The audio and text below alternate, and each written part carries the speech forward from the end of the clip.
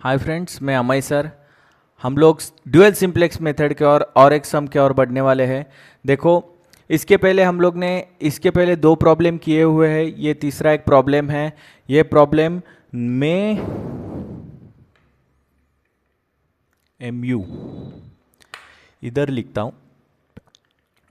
MU में 2023 को Mumbai university के अंदर पूछा गया है।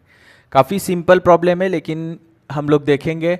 तो यहाँ पे देखो, हमें z का इक्वेशन दिया हुआ है। इसके पहले मैं आपको ड्यूअल सिंप्लेक्स मेथड कहाँ यूज़ करना है, कब यूज़ करना है, इसके बारे में पहले दो लेक्चर के अंदर बता चुका हूँ। आप मेरी प्ले लिस्ट देख सकते हो, उसके अंदर आपको पता चलेगा। लेकिन यहाँ पे भी बोलता हूँ, मिनिमाइज है तो प्रॉब्लम ड्यूअल सिंप्लेक्स का होता है। और इसके अंदर कंस्टेंट देखने हैं और हमने चलना है। तो लेटर स्टार्ट्स हियर। तो यहाँ पे देखो z है, z is equal to 6x1 plus x2 दिए हुए हैं। तो यहाँ पे आपको देखना है कंस्टेंट कितने दिए हुए हैं। तो कंस्टेंट दो दिए हुए हैं। कितने कंस्टेंट दिए हैं? दो। तो हम लोग को स्लैक वेरिएबल कितने लेने पड़ेंगे? दो लेने पड़ेंगे। तो 0 minus 0 s1 plus 0 s2 minus 0 s2 करके करेंगे।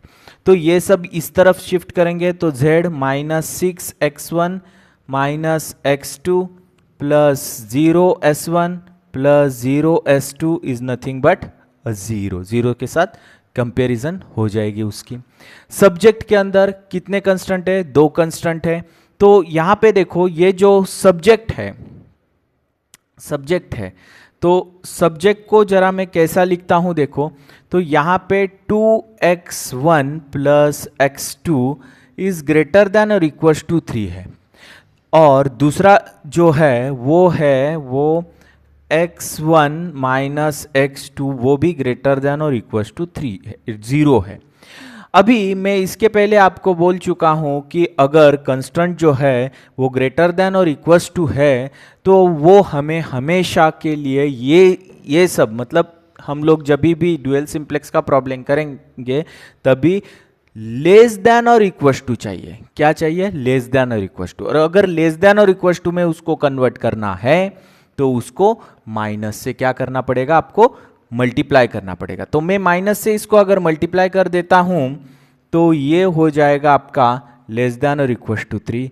यहाँ पे भी minus x1 plus x2 less than और इक्वल टू 0।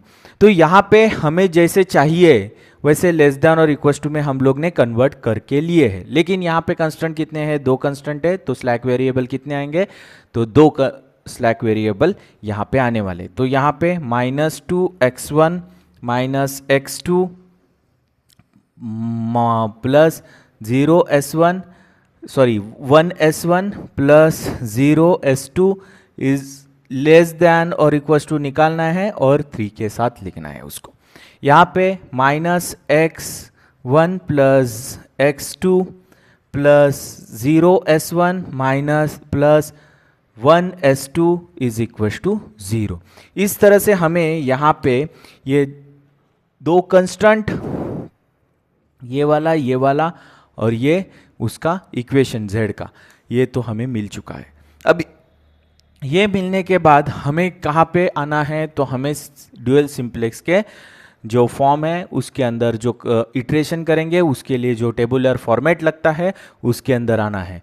तो टेबुलर फॉर्मेट का फॉर्म तो हमेशा ऐसा ही रहता है। मैं पहले ही टेबुलर फॉर्मेट बना के रखता हूँ क्योंकि हमारा वीडियो लेंदी न होए इसलिए। ओके, तो यहाँ पे z जो है ये आपका रहेगा z यहाँ पे। ओके, और ये इसके वेरिएबल्स रहेंगे। लेकिन यहाँ पे आपको क्या लिखना है? कोएफिशिएंट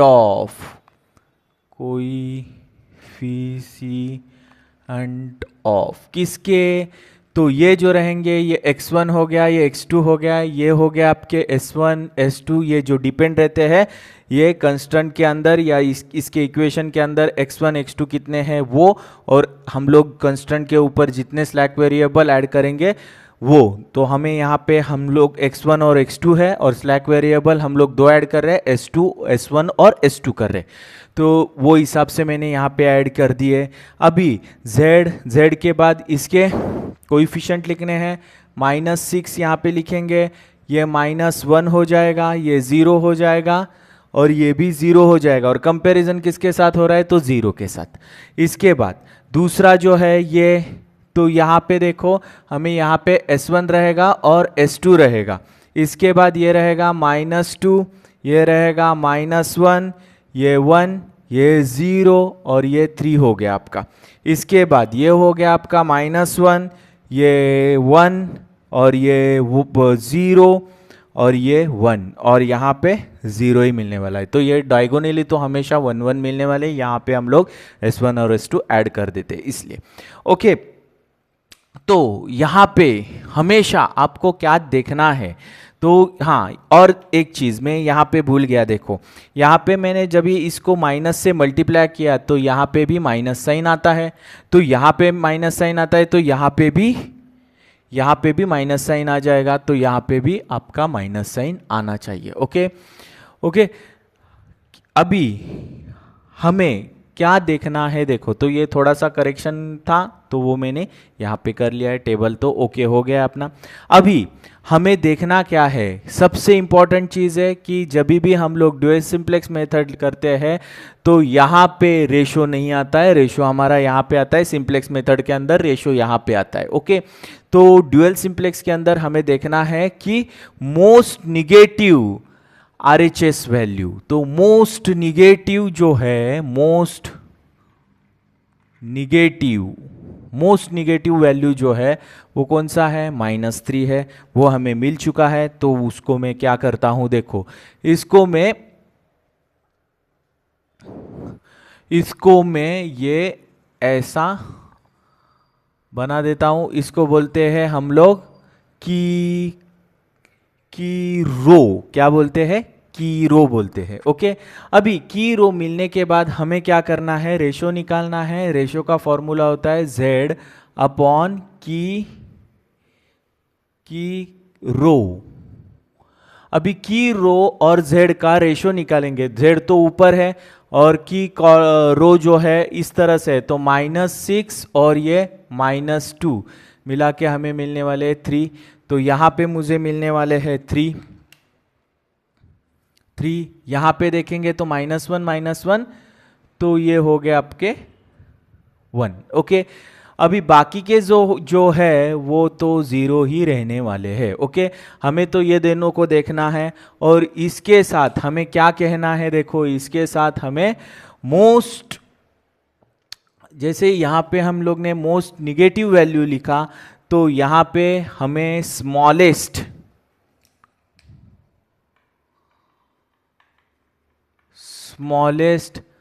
पॉजिटिव वैल्यू लेना है। कौन सा लेना है, स्मॉलेस्ट पॉजिटिव। ओके, तो स्मॉलेस्ट पॉजिटिव वैल्यू हम लोग यहाँ पे ले, ये सबसे स्मॉलेस्ट पॉजिटिव होता है। ये स्मॉलेस्ट पॉजिटिव होने के वजह से ये क्या होने वाली है, ये हो गई आपकी की कॉलम, ये हो गया आपका की कॉलम, और ये की कॉलम में ये जो हो गया है वो की एलिमेंट बोलते हैं या पिवोट एलिमेंट बोलते हैं। ये पिवोट एलिमेंट से ये सब की रो को हमें डिवाइड करना होता है। तो -1 से अगर मैं -2 को डिवाइड कर देता हूँ तो इससे बनने वाला जो एलिमेंट रहेगा वो 1 रहेगा, यहाँ पे 1 ही बनेगा, यहाँ पे -1 बनेगा आपका, यहाँ पे तो 0 ही बनेगा, यहाँ पे -1 है तो -3 है तो यहाँ पे आपका 3 बनेगा। ओके, इस तरह से मुझे ये नया रो फॉर्म करके तो मिल चुकी है, लेकिन वो कहाँ लिखनी है वो बहुत इंपॉर्टेंट चीज़ है। तो हमें यहाँ पे लीव और एंटर करना है। तो लीव कौन सा होने वाला है और एंटर कौन सा होने वाला है, तो लीव होने वाला जो एलिमेंट रहेगा आपका वो जो रहेगा वो s1 रहेगा, और एंटर होने वाला x2 रहेगा। ओके, इस तरह से हम लोग करेंगे। तो यहाँ पे लीव होने वाला एलिमेंट कौन सा है, ये है। इससे हम लोग को क्या मिला, नया रो तो हम लोग को फॉर्म करके मिल चुका है। तो यहाँ पे हमें नया रो लिखना है। नया रो क्या आने वाला है देखो, उसके बाद 1 1, ये -1, ये 0, ये हो गया आपका 3। इस तरह से हमें जो एंटर होने वाला रो था वो मिल गया है। यहाँ पे आपका x2 वैसे का वैसे रहेगा, x1 आपका लीव हो चुका है। ओके, अभी यहाँ पे आपका क्या है, z है। क्या है, z है। अभी z जो है और s2 है, इनके जो एलिमेंट्स है वो निकालने के लिए हमें क्या करना पड़ता है, हमेशा रो ट्रांसफॉर्मेशन करना पड़ता है। तो यहाँ पे मैं पहले क्या करता हूँ, r1, ये हो गया r2, ये हो गया r3। इस तरह से मैं रो को क्या कर दूंगा, नेमिंग कर दूंगा, r1, r2, r3। ओके, ये करने के बाद हमें रो ट्रांसफॉर्मेशन की ओर बढ़ना है। तो रो ट्रांसफॉर्मेशन करते वक्त यहाँ पे z का जो वैल्यू है, अभी देखो इसको देखना है और इसको देख के ही आपको रो ट्रांसफॉर्मेशन बनाना है। ये इंपॉर्टेंट चीज है। यहाँ पे देखो -1 है और हमारा जो नया हुआ फॉर्म हुआ एलिमेंट जो है वो 1 है।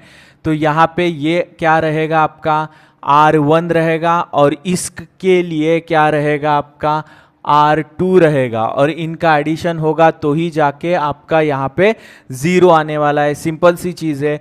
तो फर्स्ट रो के लिए हमें रो ट्रांसफॉर्मेशन मिल चुका है। यहाँ पे दूसरा क्या है, R2 नहीं, R3 वाला है। R3 वाला बंदा है, उसको लेना है R3 के अंदर देखो 1 है और अपना जो एलिमेंट है की एलिमेंट यहाँ पे जो मिला हुआ है प्लस है, तो यहाँ पे हमें माइनस करना पड़ेगा और ये R2 रहेगा। तो R3 के लिए भी हमें रो ट्रांसफॉर्मेशन मिल चुका है। इस तरह से ये रो ट्रांसफॉर्मेशन यूज़ करके मैं अभी नए एलिमेंट यहाँ पे फॉर्म करने वाला हूँ। तो यहाँ पे देखो, आप देखेंगे तो यहाँ पे और यहाँ पे आपको 0 मिलेंगे, लेकिन ये जो एलिमेंट है इसके लिए हमें सॉल्यूशन निकालना पड़ेगा। तो R1 के लिए देखो, R1 के लिए क्या रहेगा, ये रहेगा -6 और ये 1 + 1। ओके, तो इस तरह से ये मिल चुके हमें -5। तो यहाँ पे मुझे मिलने वाले हैं -5। इसके बाद यहाँ पे देखेंगे आप तो ये जो है एलिमेंट वो 0 है और ये एलिमेंट है -1 है। तो यहाँ पे मुझे -1 मिलने वाले हैं। यहाँ पे देखेंगे तो दोनों एलिमेंट 0 है तो उसके ऊपर कुछ भी असर नहीं है। यहाँ पे देखेंगे तो 0 आगे है और यहाँ पे 3 है, तो यहाँ पे मुझे 3 मिलने वाले हैं। ओके, इस तरह से ये तो रो ख़त्म हो गई। इसके बाद हम लोग को S2 के लिए जो एलिमेंट है वो निकालने हैं। तो S2 के लिए जो एलिमेंट है वो कैसे निकालेंगे, देखो तो यहाँ पे 1 और ये -1 है। तो यहाँ पे -1 है, बीच का साइन माइनस है और ये भी है, तो इसके वजह से -2 ये एलिमेंट यहाँ पे मिल चुका है। यहाँ पे तो 0 ही मिलने वाला है क्योंकि इसके ऊपर से ही हम लोग ने ये कैलकुलेशन किया हुआ है। ओके, अभी यहाँ पे देखेंगे तो आगे वाला एलिमेंट मतलब R3 का एलिमेंट 0 है और ये वो एलिमेंट वो -1 है। तो यहाँ पे आपको क्या मिलने वाला है, तो यहाँ पे आपको ये माइनस माइनस प्लस, तो ये हो जाएगा +1। ओके, इसके बाद ये 1 है, ये 0 है, तो 1 है और 0 है तो 1 ही रहने वाला है। और यहाँ पे 0 और ये 3 है तो यहाँ पे -3 मिलने वाला है। इस तरह से हमें ये सब एलिमेंट, हाँ यहाँ पे एक थोड़ा करेक्शन आ चुका है। यहाँ पे -1 से अगर इसको डिवाइड कर देता हूँ तो यहाँ पे आपको जो मिलने वाला एलिमेंट है वो 2 मिलेगा। तो ये भी एलिमेंट 2 मिलने के बाद आपको यहाँ पे भी थोड़ा करेक्शन करना पड़ेगा। तो यहाँ पे आपका एलिमेंट जो मिलेगा वो 2 रहेगा। और अगर इसके कैलकुलेशंस देखेंगे आप तो आपको पता चलेगा, तो ये हो गया -6 और यहाँ पे जो है वो 2 + 2, इसके वजह से -4। तो यहाँ पे मिलने वाला जो एलिमेंट है वो -4 है। ओके, इस तरह से ये एक छोटा सा करेक्शन आया था, मैंने यहाँ पे करेक्ट करके, इस तरह से यहाँ पे भी थोड़ा प्रॉब्लम हो जाएगा। तो यहाँ पे भी एलिमेंट 3 के अंदर भी आपको ये करना पड़ेगा। तो एलिमेंट 3 के अंदर देखो क्या करना पड़ेगा, ये जो है ये अगर कैलकुलेशन देखेंगे तो ये -3 है और यहाँ पे ये जो है ये -1 है और यहाँ पे ये माइनस साइन है ये और 2 है, तो ये हो जाएगा -3। तो यहाँ पे -3 हमें मिलने वाला है। ओके, इस तरह से हमें तो ये एलिमेंट मिल चुके हैं। अभी हमें देखना क्या है, देखो यहाँ पे हमें देखना है ये तीनों एलिमेंट मिले हैं, हमें स्टॉप करना है या आगे बढ़ना है। इसके लिए हमें इनके जो क्राइटेरिया है वो देखना है। क्राइटेरिया क्या है, मोस्ट निगेटिव। आरएचएस सॉल्यूशन के अंदर मोस्ट निगेटिव है तो आगे बढ़ना है, लेकिन नहीं है तो स्टॉप करना है। लेकिन यहाँ पे एक एलिमेंट बचा है जो निगेटिव है, माइनस साइन उसको जोड़ के आया हुआ है, तो ये हो गया आपका मोस्ट निगेटिव। तो मोस्ट निगेटिव होने के वजह से हमें आगे बढ़ना पड़ेगा। ये आपका क्या हो गया है, की रो। क्या हो गया, की रो। की रो होने के बाद हमें उसके अंदर वापस से सेम चीज़ दोहरानी है। की रो होने के बाद हमें रेशो निकालना है। तो रेशो कैसे निकालेंगे, z अपॉन की रो का रेशो निकालेंगे। तो ये हो गया आपका 4/3, ये हो गया आपका 0, बाकी रेशोज का मतलब ही नहीं है। ये हो गया -1, ये हो गया 0, ये 3/3, तो ये हो गया -1। ओके, लेकिन हमें रेशो के अंदर क्या देखना है, हमेशा रेशो के अंदर स्मॉलेस्ट पॉजिटिव वैल्यू। तो स्मॉलेस्ट पॉजिटिव वैल्यू तो यही एक ही बची है, यही लास्ट एक वैल्यू बची है हमें स्मॉलेस्ट पॉजिटिव, बाकी तो ये 0 है। ओके, तो स्मॉलेस्ट पॉजिटिव वैल्यू ये मिलने के वजह से ये हो गया, और इसके वजह से ये जो हो गया है वो क्या हो गया है, की कॉलम। और इसमें ये इंटरसेक्शन वाला जो होता है वो की एलिमेंट होता है। ये की एलिमेंट को हम लोग बोलते हैं पिवोट एलिमेंट। जो पिवोट एलिमेंट है उससे हम डिवाइड करेंगे तो ये हो गया आपका नया एलिमेंट 1, इसके बाद यहाँ पे 0, यहाँ पे -1/3, यहाँ पे भी -1/3, यहाँ पे आपको मिलेंगे 1। ओके, इस तरह से हम लोग यहाँ पे आगे बढ़े हैं। जो नई रो बनी है उसके अंदर लीव कौन होने वाला है, लीव होने वाला एलिमेंट, और एंटर होने वाला एलिमेंट। कौन होने वाला है यहाँ पे, तो लीव होने वाला एलिमेंट S2 है, एंटर होने वाला एलिमेंट X1 है। ओके, लीव होने वाला X2 है, एंटर होने वाला X1 है। ओके, इस तरह से हम लोग आगे बढ़ेंगे। ये तो आपका Z हो गया है, ये आपका Z हो गया है। अभी यहाँ पे देखो ये X2 यहाँ पे लिखेंगे, ये हो गया X1 का नया फॉर्म जो बना हुआ है वो लिखना है आपको 1, 0, -1/3, यहाँ पे भी -1/3, और यहाँ पे अंत में 1। ओके,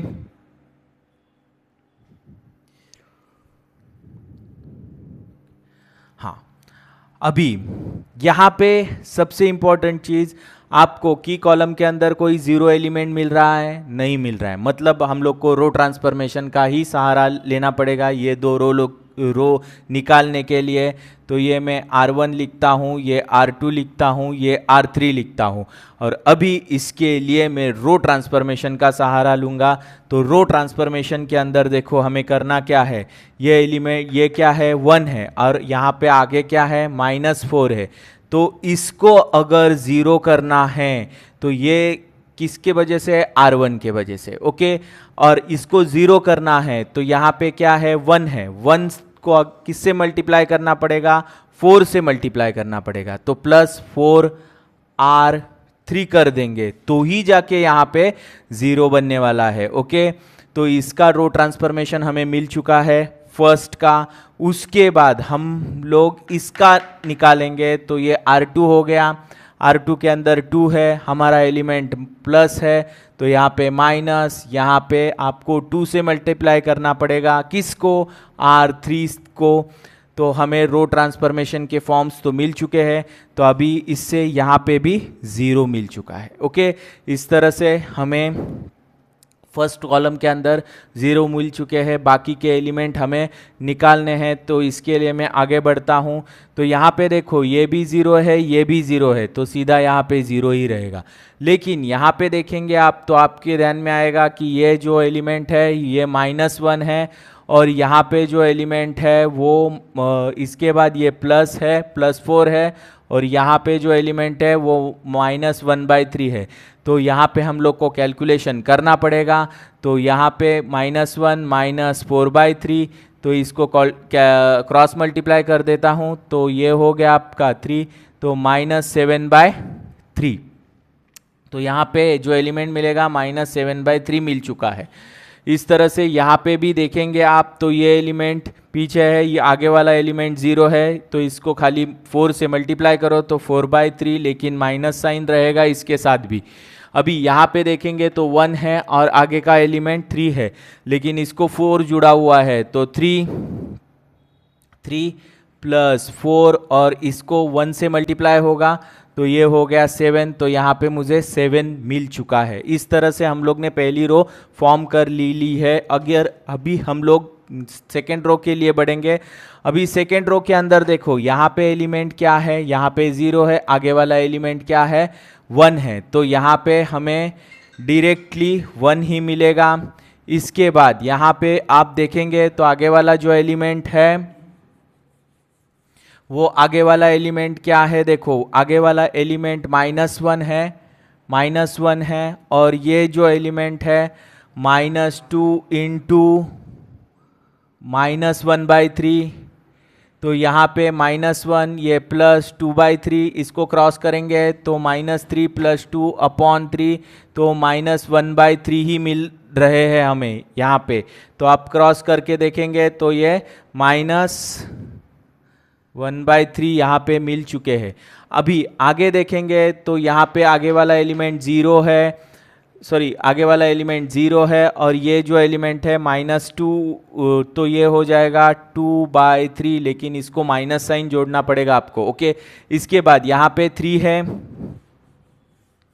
यहाँ पे 3 है, आगे वाला एलिमेंट 3 है, और ये जो एलिमेंट है -2 × 1, तो ये एलिमेंट मुझे 1 ही मिलने वाला है। इस तरह से मुझे ये टेबल फॉर्म करके यहाँ पे मिल चुका है। तो आप यहाँ पे देखेंगे तो ये जो एलिमेंट है ये माइनस है, और यहाँ पे ये भी साइन माइनस है, तो माइनस माइनस मिला के यहाँ पे साइन जो बनेगा वो प्लस वाला बनेगा। ओके, इस तरह से हमें ये टेबल फॉर्म करके मिल चुका है। अभी टेबल फॉर्म करने के बाद हमें आगे बढ़ना है या रुकना है, ये डिसीजन हमें लेना है। तो कैसे मिलेगा, तो आपको RHS वैल्यू के अंदर देखना है कि जो वैल्यूज़ है वो कोई निगेटिव वैल्यू उसके अंदर क्रिएट हुई है नहीं हुई है। तो यहाँ पे आप देखेंगे तो सभी पॉजिटिव वैल्यू आपको मिल चुकी है, मतलब यहाँ पे हमें रुकना पड़ेगा। तो यहाँ पे हम लोग आंसर लिखेंगे, तो आंसर लिखते वक्त x1 का वैल्यू हमें क्या मिला है, देखो x1 का वैल्यू हमें क्या मिला है, ये देखेंगे तो x1 का वैल्यू 1 मिल चुका है। x2 का वैल्यू हमें क्या मिला है, देखो x2 का वैल्यू भी हमें 1 मिल चुका है। और लास्ट में अंत में z का वैल्यू, लेकिन z लिखते वक्त आपको एक ध्यान देना है, यहाँ पे मिनिमाइज करके लिखा हुआ है, तो आपको यहाँ पे मिनिमाइज करके लिखना है। ओके, और मिनिमाइज z का वैल्यू हमें क्या मिल चुका है, 7 मिल चुका है, तो यहाँ पे आप 7 लिखना है। ओके, इस तरह से हमें ये इसका आंसर मिल चुका है। ये ड्यूअल सिंप्लेक्स मेथड से हम लोग ने सम करवाया है, और आप इसका स्क्रीनशॉट ले लो। ओके, अगर आपको मेरे वीडियो अगर अच्छे लगते हैं तो लाइक, सब्सक्राइब और ज़्यादा से ज़्यादा करना। Thanks for watching.